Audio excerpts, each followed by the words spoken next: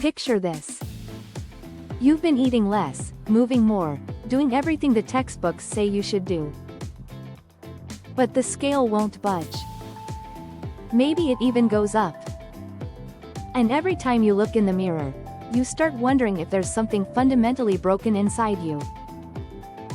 Here's the truth nobody is telling you.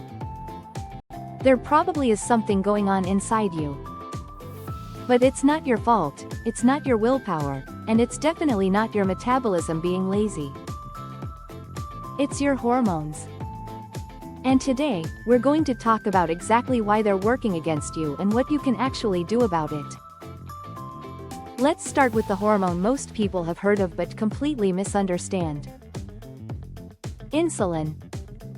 When you eat, your pancreas releases insulin to help move glucose from your blood into your cells for energy. Simple enough, right? But here's where it gets complicated. When your insulin levels are chronically elevated, your body essentially locks the door on fat burning. Think of it like a switch. High insulin means your body is in storage mode. It cannot access fat as fuel when insulin is running the show. And the modern diet, loaded with refined carbohydrates, sugary drinks, and processed snacks, keeps insulin elevated almost constantly throughout the day. So even if you're eating in a calorie deficit, if your insulin stays high, your body is still being told to store, not burn. That's not a willpower failure. That's biochemistry. Now let's talk about cortisol, because this one surprises a lot of people. Cortisol is your stress hormone, and in small doses, it's actually helpful. It helps you wake up in the morning, respond to physical challenges, and manage short-term threats. But when you're under chronic stress, whether that's work pressure, relationship tension, financial anxiety, or even the stress of extreme dieting itself, cortisol stays elevated for far too long. And chronically high cortisol tells your body to store fat, specifically around your midsection. It also breaks down muscle tissue for quick energy, which slows your metabolism over time. Here's the cruel irony. When you crash diet aggressively, your body reads that as a famine and spikes cortisol in response. So the very thing you're doing to lose weight is triggering a hormonal response that makes weight loss harder. Your body is not your enemy. It's trying to protect you. But sometimes that protection feels like sabotage. Let's keep going because there's another powerful player you need to know about. Leptin. Leptin is often called the satiety hormone because its job is to signal to your brain that you've had enough to eat and your energy stores are sufficient. When leptin is working properly, you feel satisfied, your metabolism stays active, and hunger stays manageable. But here's the problem. People who carry excess body fat often develop something called leptin resistance. Their fat cells are actually producing plenty of leptin, but the brain has stopped listening to the signal. It's like having your smoke alarm going off constantly until eventually you just tune it out.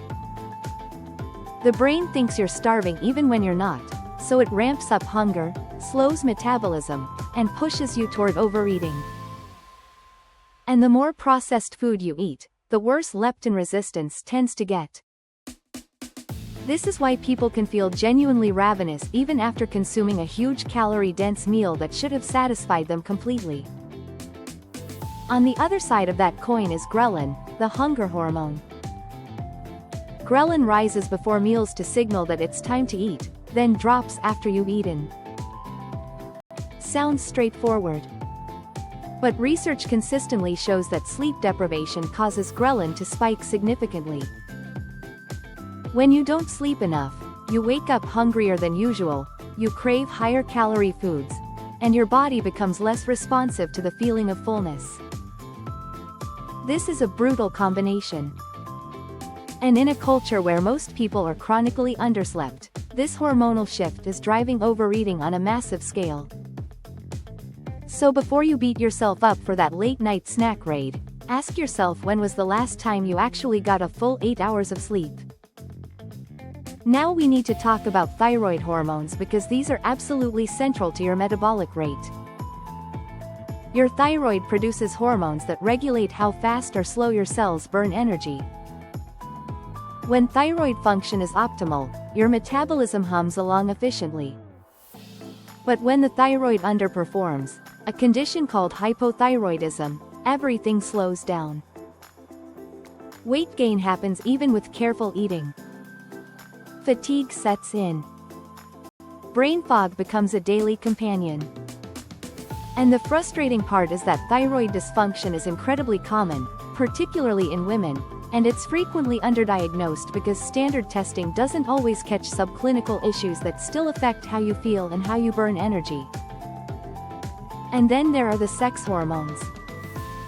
Estrogen, progesterone, and testosterone all play significant roles in body composition. In women, the hormonal shifts that happen during perimenopause and menopause often lead to fat redistribution, particularly around the abdomen, and a reduction in lean muscle mass that makes weight management significantly harder. In men, declining testosterone with age reduces muscle mass, slows metabolism, and increases fat accumulation. These aren't excuses. They're physiological realities that require different strategies than the generic eat less move more advice that ignores all of this completely.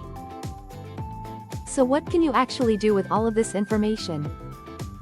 Because knowing your hormones are out of whack doesn't help unless you have somewhere to go from here. The good news is that lifestyle changes have an incredibly powerful effect on hormonal balance, often more powerful than people expect. Start with sleep.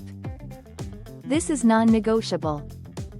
Prioritizing 7 to 9 hours of quality sleep directly improves ghrelin and leptin balance, reduces cortisol, and supports healthy testosterone levels. Sleep is not laziness. It's hormonal medicine. Next, rethink your eating pattern. You don't have to go extreme, but reducing your intake of refined carbohydrates and added sugars will lower insulin levels and allow your body to access fat for fuel more effectively. Eating whole foods with adequate protein and healthy fats sends better hormonal signals throughout the day. Manage stress actively and deliberately. This sounds vague, but it matters enormously. Activities like walking in nature, meditation, deep breathing exercises, and even journaling have been shown to meaningfully reduce cortisol levels. If you're exercising intensely every single day and feeling depleted, that itself might be a cortisol problem. Recovery is part of the process. Strength training deserves a special mention here. Building muscle improves insulin sensitivity, supports healthy testosterone and estrogen balance, and increases your resting metabolic rate. Cardio has its place, but if you're only doing cardio and wondering why nothing is changing, resistance training could be the missing piece. And if you've done all of these things consistently and you're still struggling, please see a doctor and ask specifically about comprehensive hormonal testing. Don't just accept a basic panel. Ask about thyroid antibodies, free testosterone, estrogen levels, and fasting insulin. Advocating for yourself in medical settings is a skill worth developing. Here's the bigger picture. Weight loss is not purely a math equation. Calories matter, yes.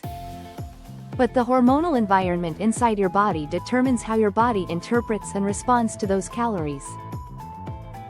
Two people can eat the exact same diet and exercise the exact same amount and have completely different outcomes because their hormonal landscapes are different. You are not broken. You are not lazy. You are not lacking willpower. You might simply be fighting a biological system that has been disrupted by stress, poor sleep, processed food, or natural aging. And once you understand what's actually happening, you can stop fighting yourself and start working with your body instead of against it. If this video helped you see weight loss differently, Hit that like button and subscribe because we've got a lot more content coming that digs into the real science behind why your body does what it does. And drop a comment below. Tell me which hormone you think has been your biggest obstacle. I'd genuinely love to know.